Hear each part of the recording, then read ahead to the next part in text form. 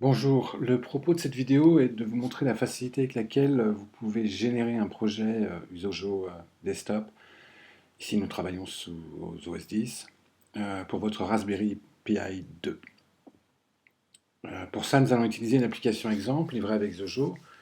C'est un projet qui s'appelle Edis Electronics. Il s'agit d'un petit logiciel de gestion de clients et de facturation qui utilise une base de données SQLite. Alors, nous allons en premier lieu la compiler pour OS 10 et rapidement faire le tour de cette petite application. Puis nous allons compiler le même projet sans changer une ligne de code pour Raspberry Pi. Nous allons ensuite transférer l'application sur un Raspberry Pi et l'exécuter via une connexion VNC à partir du Mac. Alors typiquement, vous lancez, comme si vous lancez un nouveau projet, vous avez un dossier dans les exemples qui s'appelle Sample Applications, Edis Electronics, donc qui existe en plusieurs versions.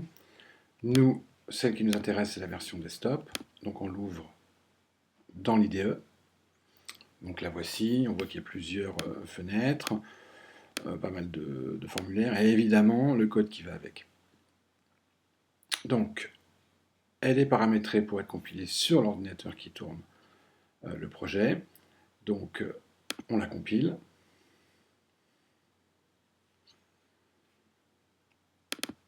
On la lance. Voilà, c'est une application typique création de facturation avec une information concernant le contact client, sa situation géographique, ses factures, une photo. Avec un Cell Reports, qui basiquement est un canevas avec des graphiques. Donc, une fois qu'on a vu cette application tourner, on va modifier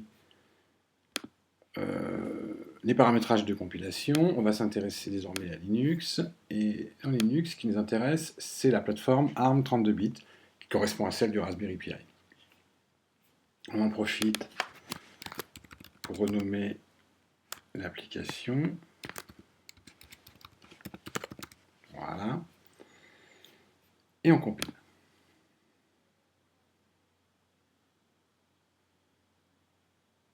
Donc voilà, c'est fait. Je remonte d'un niveau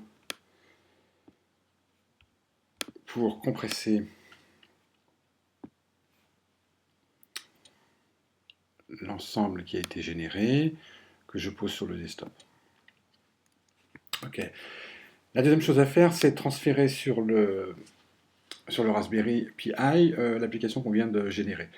Moi, j'utilise SSH via la commande SCP, mais vous pouvez vous pouvez mettre en place sur le Raspberry Pi un serveur Samba et puis le faire de manière graphique par glisser-déposer. Donc, moi, ce qui m'intéresse, c'est donc de transférer ça. Je vais le transférer donc sur mon Pi. Donc, je tape l'adresse.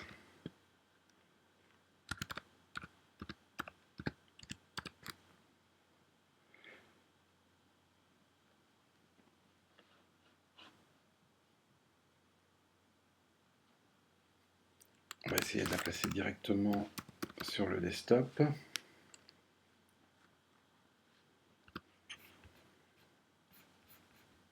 En lui donnant le même nom d'archive.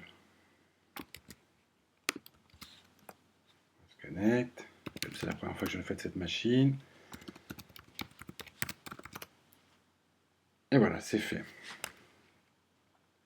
Pour voir où on en est, on se connecte via VNC sur le Raspberry Pi.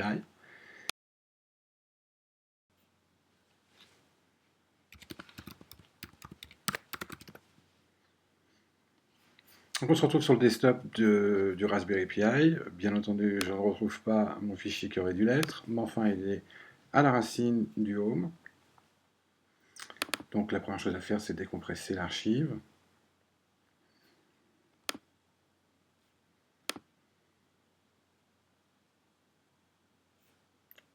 Ce qui est fait, on se retrouve avec un dossier Edis Electronics. L'application est là, on double-clique, on l'exécute, et on se retrouve avec la même interface que nous avons tout à l'heure sur le Mac. Bien entendu, il est un peu moins réactif en termes de rapidité ou en termes de mise à jour graphique parce que je suis en VNC. Mais enfin, tout y est, le HTML Viewer avec la map, Nous avons exactement la même interface que sur le Mac, par exemple pour rajouter une facture. Ça fonctionne exactement de la même manière.